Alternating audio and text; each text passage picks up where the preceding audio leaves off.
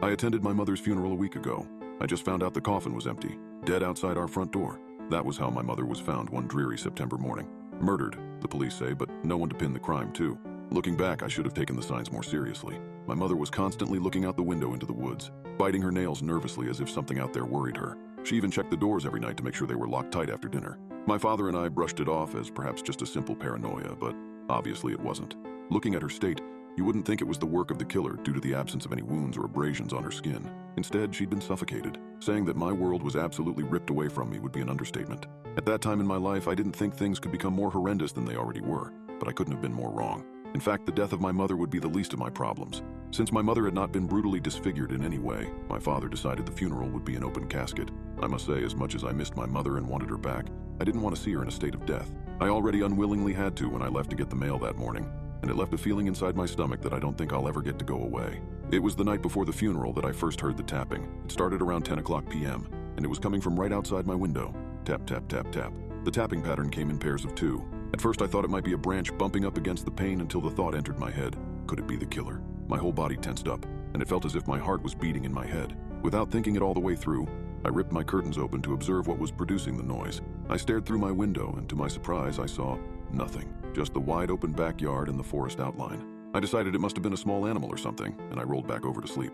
I prayed the whole morning that the funeral would be normal, that things would be okay, and that I would feel some sort of closure on the whole matter. However, something happened that turned my world upside down. Everyone was sitting when Father Andy opened the coffin to reveal my mother, or where my mother should have been at least. To all of our horror, the coffin was completely empty.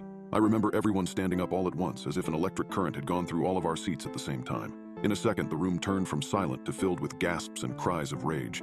It was clear as day. She'd been taken. My father was on the phone all night with the funeral home and the police. Another investigation for my mother was on its way, and they hadn't even solved the first one. The funeral had obviously been postponed, and I was starting to feel numb from it all. That night, it happened again. The tapping resurfaced. The same time as last, 10 p.m., I awoke to the sound of it coming from my window. Tap, tap, tap, tap. My heart leaped up into my throat. Not again. I pulled my pillow over my head and did my best to go back to sleep. Tap, tap, tap, tap. It was as if the tapping was getting louder. My fear turned to aggression very quickly, and I threw my pillow off of my head. I pounded my fist up against the pane, still guarded by my curtains. "Knock it off," I yelled. The noise stopped. I breathed a sigh of relief and brought my pillow back up to its spot. Tap, tap, tap, tap. "Are you kidding me?" I didn't get the rest of the sentence out of my mouth as the horrible realization came over me. The tapping wasn't coming from outside my window, it was coming from inside my closet. Without another second passing, I found myself trembling in fear, pushed up against my bedroom wall. Whatever was inside must have been figured out. I knew it was there as my door began to slowly creak open. I had several guesses of what could be hiding on the other side, but not in a million years would I have guessed what was actually the true cause of the noise. Standing in the doorframe was no other than my mother. "Mom!" My voice squeaked. The longer I stared at her, the more she looked unreal.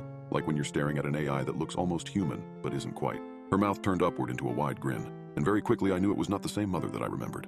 The thing took a step towards me, and what I saw made me sick to my stomach.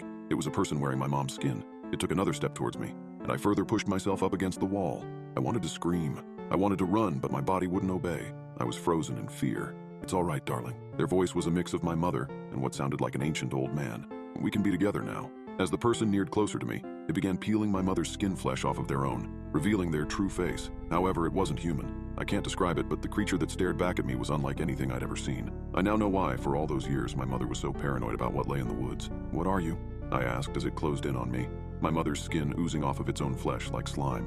I took the window of time that I had left and pushed past the thing, running into the hallway. At the very end of it, my dad stood staring at me. Thank God, I thought. "Dad, run! Get help now!" Instead of running, my dad only smiled, or tried to at least. Even his skin seemed to struggle to cooperate. He wasn't moving, he was just smiling. I heard more tapping behind me. It got closer and I ran as fast down the stairs as I possibly could. As soon as I was halfway down the stairs, someone grabbed my arm. I turned.